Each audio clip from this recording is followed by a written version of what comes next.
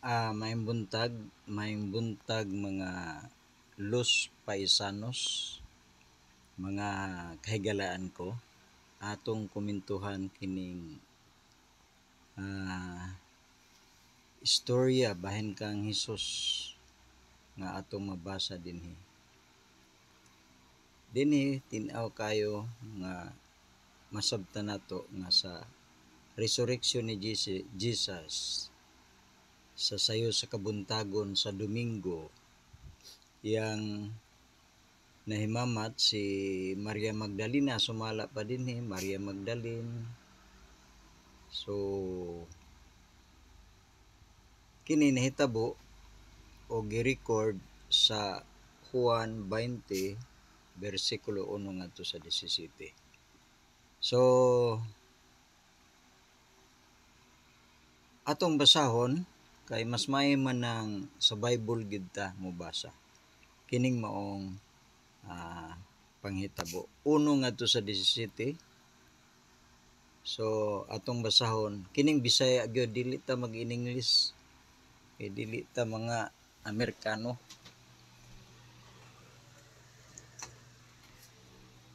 Okay mga friends, basahon na to.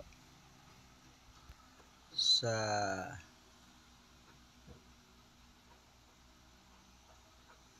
klaro kay no, sa unang adlaw sa semana, si Maria Magdalena misayog adto sa lubnganan. Samtang ngit-ngit pa ug nakita niya nga naligid na ang bato gikan sa lubnganan. Busa siya midagan paingon kang Simon Pedro ug sa laing tinun-an nga gimahal ni Hesus. Ug iya silang giingnan, ilang gikuha ang Ginoo gikan sa lubnganan ug wala mi mahibalo kun diin nila siya gibutang. Unya si Pedro ug ang laing tinun-an mipaingon sa lubnganan, silang duha nanagan, apan ang laing tinun-an mas kusog nga midagan kay kang Pedro ug siya'y unang nakaabot sa lubnganan. Siya miyuko ug iyang nakita ang mga panaptong lino apan wala siya mosulod. Unya si Simon Pedro miabot sunod kaniya ug misulod sa lubnganan ug iyang nakita didto ang mga panaptong lino.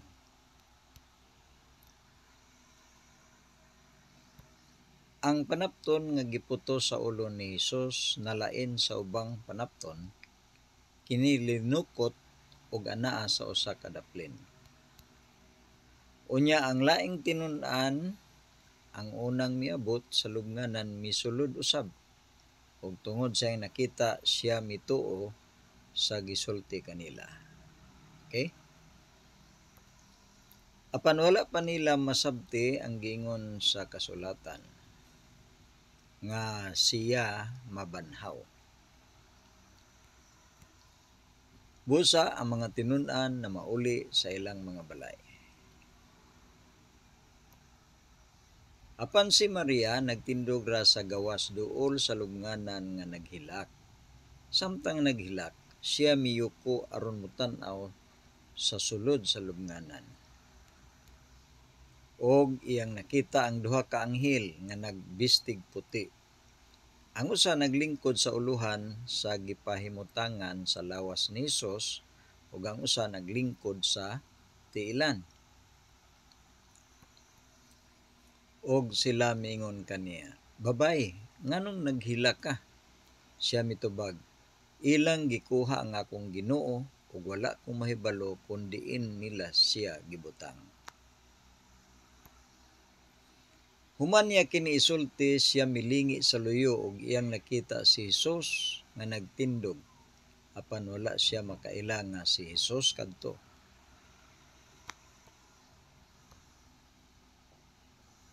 Si Hesus mingon kaniya, "Babay, nganong naghilak ka? Kinsay imong gipangita?" Kay naghunahuna nga mao kadto ang hardinero, siya miingon, "Senyor, kung imo siyang gikuha, sultihi ko kung diin nimo siya gibutang, kay kuhaon ako siya." Si Jesus mingon kaniya, "Maria." siya milingi og mingon sa Hebrehanon, Rabuni, nga nagkahulugang magtutudlo. Si Jesus mingon, ayaw kog kupti, kay wala pa ko makasaka sa amahan, apan adtua ang akong mga igsuon ug ingna sila ako mosaka sa akong amahan, og sa inyong amahan, og sa akong Dios, og sa inyong Dios. So diri ra ta kutob mga friends, kay sumala sa atong gibasa kaganina dinhi, kutob raman sa John chapter 20 verse 1 to 17. So mao nang sa pagbasa nato sa Bible, diri ra ta kutob sa 17. So karon unsay padayon niyang gisulat dire, ingon dinhi, Jesus on that time was a high priest carrying his own precious blood for salvation for sins of all humanity. Only for who love, obey, and have faith in him. Okay, padayon tad. Jesus was the ark of the new covenant, which is his precious blood. Anybody who will touch him will die, and his blood will be no value. Can be read in 2 Samuel chapter 6 verse 1 and 2. So mga friends, unahon sa nato ning giingon niya diri sa pagkahuman natog basa sa 17 sa John nga Jesus on that time was a high priest. So sa pagbasa nato sa John chapter 20 verses 1 to 17, wala gyoy bisan usa ka pulong nga naghisgot o mabasa man lang kining pulong high o kining pulong priest. Busa kining giingon niya nga on that time sa dihang si Jesus diay nagpakita kang Maria Magdalena, on that time high priest na. Pero walay gipakita dito sa maong mga bersikulo sa Juan chapter 20 verse 1 to 17 nga high priest na si Jesus. So dili lang nato ni hukman nga nagbutang-butang lang siya nga kanang sa John 21 to 17 high priest na. Pero dili gyud ka pamatud-an kung kanang Juan chapter 20 verse 1 to 17 lang, walay proof dinha nga niya ng panahon na high priest na si Jesus. Wala man kay masabtan diha nga high priest na si Jesus. Busa kini maoy theological interpolation. Huna-huna ra na sa mga teologo o kining mga nagtuki. Huna-huna ra ni nga Jesus on that time was a high priest. Kay wala man gigipaila diha sa Juan 21 ngadto sa 17 nga labaw nga saserdote o labaw nga pari si Jesus, high priest. So sa pagpadayon nag-ingon pud siya diri nga si Jesus maoy ark, was past tense maning was, no, was ark of the new covenant. So doon na siya text nga gihatag 2 Samuel chapter 6 verse 1 to 7. Atong tan-awon kung nagpaila ba kining ikaduhang Samuel kapitulo 6 bersikulo 1 ngadto sa 7 nga si Jesus mo'y ark o arka, no? Sama sa arka ni Noe. Tanaw nato nagpaila ba ang ikaduhang Samuel kapitulo 6 bersikulo 1 ngadto sa 7. Mubalik ta sa Biblia nya tan-aw nato kung naa ba gyud sa maong Samuel nga basahon, no?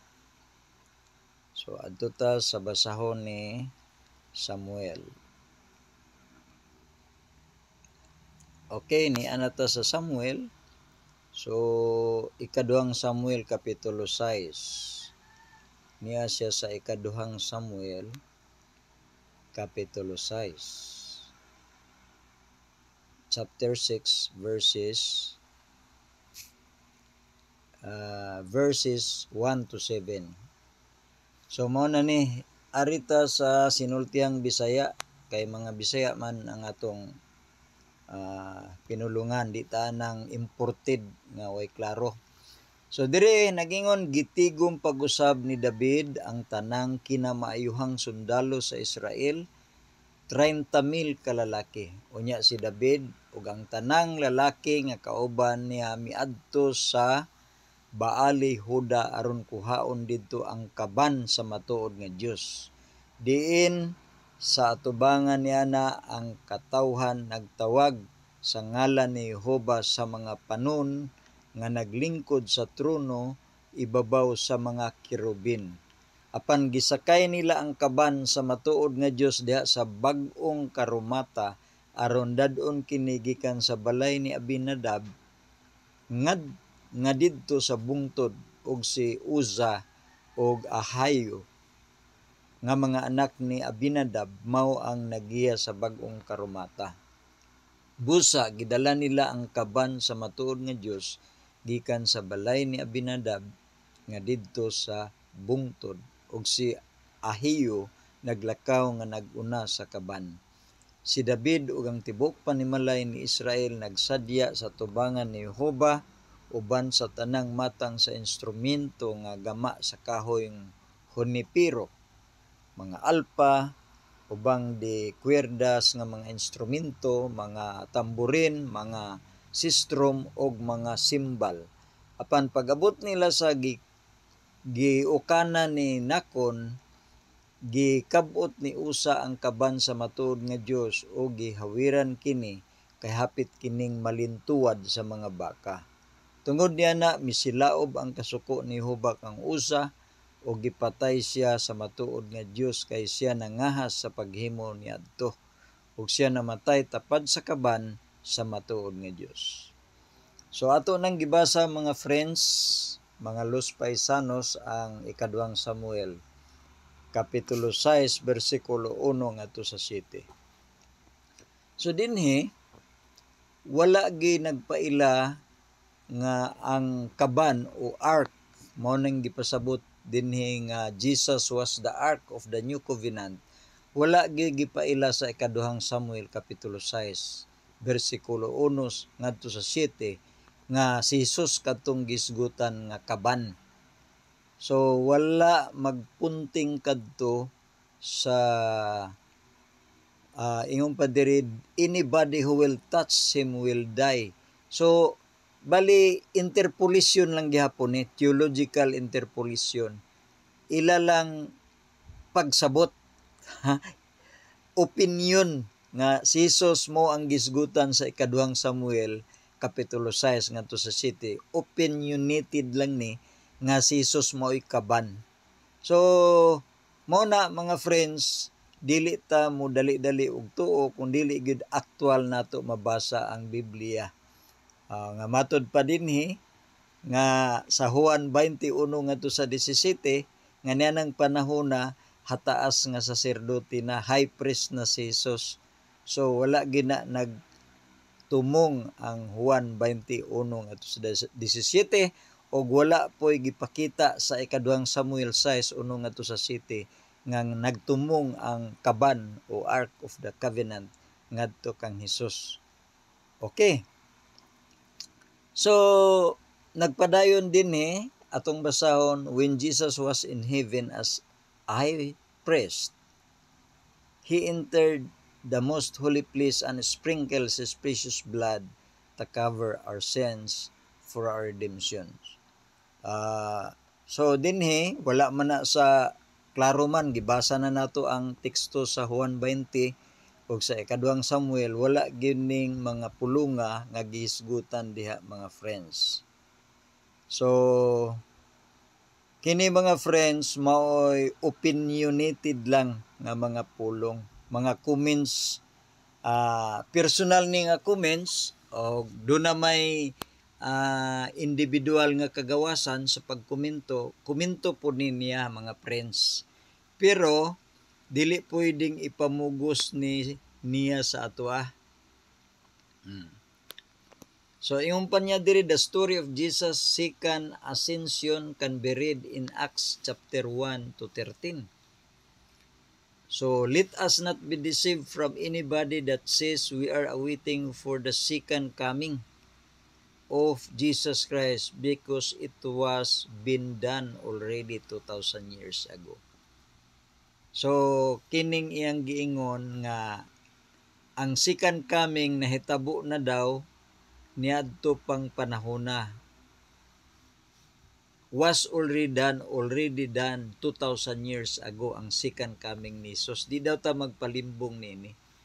Pero klaro kayo nga ang buhat, kung atong reviewon ang Biblia sa buhat, katong ira pong hatag nga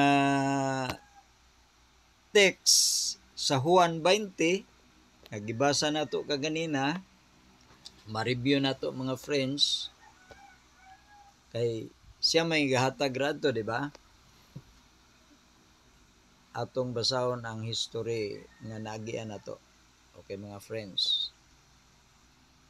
Sa kaganinang gibasa nato sa 20, nga nahitabo na daw ang matud pa niya ikaduhang pagbalik niadtong panahona. Pero diri sa 17 ato gining gipasiugda. Nagingon si Jesus, no? Si Jesus mingon, ayaw kog kupti kay wala pa ko makasaka sa amahan. Apan adtua ang akong mga igsuon ug ingna sila ako musaka sa akong amahan ug sa inyong amahan ug sa akong Dios ug sa inyong Dios. Wa pa gani kasaka unya ni balik nagkaduha. So kinsa ron ang nagsultig tinuod, kini bang si Ginoong Jesucristo? Wa pa siya kasaka o katong nag-ingon dili mo magpalimbong nga nahitabo na ang ikaduhang pagbalik niadto pa daw panahon na. 2,000 years ago ni balik na daw kaduha si Jesus. Di ba mao ni atong mabasa dire? The story of second visible ascension ingon pa diri can be read in Acts 1. Ikaduha na daw ning ascension kanang gisgutan sa Acts 1, 1 to 13. Ato daw tan-awon. Tan-awon nato na ha. Acts 1, 1 to 13. Okay mga friend. Nga nahitabo na daw na sa una pa, no?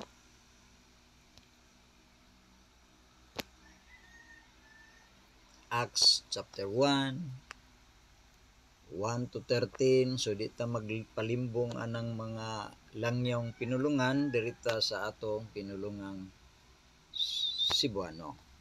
Okay? Sa naunang sulat o Teopilo, akong gisaysay ang tanang butang nga gibuhat o gitudlo ni Jesus hangtod sa adlaw nga gidala siya sa langit human siya makahatag og mga instruksyon pinaagi sa balaang espiritu ngadto sa iyang mga apostoles nga iyang gipili. Human siya mag-antos, nagpakita siya kanila uban ang daghang makapakumbinser nga pamatuod nga siya nabuhi. Nakita nila siya sulod sa 40 ka adlaw ug siya nagisgot bahin sa gingharian sa Dios.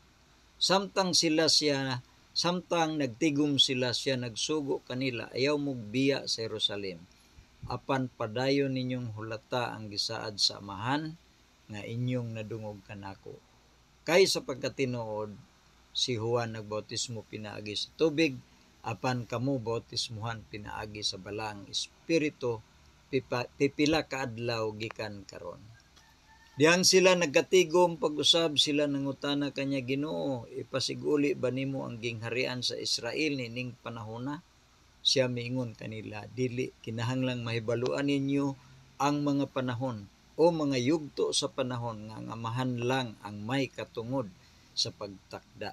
Apan makadawat mo gahom dihang mukunsad kaninyo ang balaang espiritu ug kamo mahimong akong mga saksi sa Jerusalem, sa tibok Hudya ug Samaria ug hangtod sa kinalay-ang bahin sa yuta. Human niya isulti kining mga butanga, siya gibayaw ngadto sa langit samtang sila nagtan-aw ug siya natabunan sa panganod, mao nga dili na nila siya makita.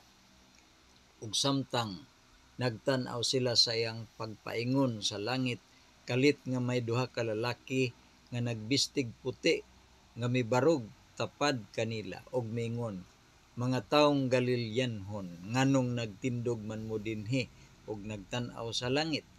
Kining Hesus nga gidala sa langit gikan kaninyo moabot sa samang paagi nga inyong nakita pag-adto niya sa langit."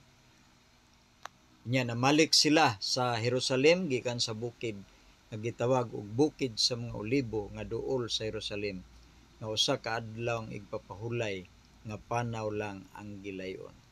Pag-abot nila, misaka sila sa lawak sa itaas din sila nag-estar. Didto si Pedro, ingon man si Juan ug Santiago ug Andres, si Felipe ug Tomas, si Bartolome ug Mateo, si Santiago nga anak ni Alfeo, si Simon nga masibuton ug si Judas nga anak ni Santiago. Uban sa usa ka katuyuan, silang tanan nagpadayon sa pag-ampo kauban ang pipila ka babaye, ang mga igsuong lalaki ni Hesus ug si Maria nga iyang inahan.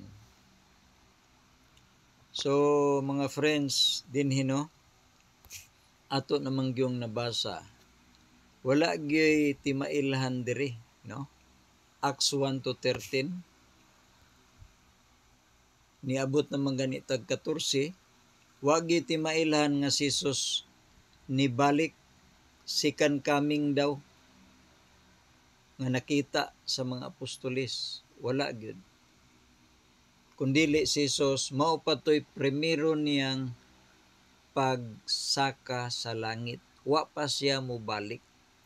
Klaro kayo, bisag balik-baliko ninyo kapila ka libo ning atong gibasa, wala gyud magisgot nig second coming. So kining comment, matawag nato nig comment lang ni,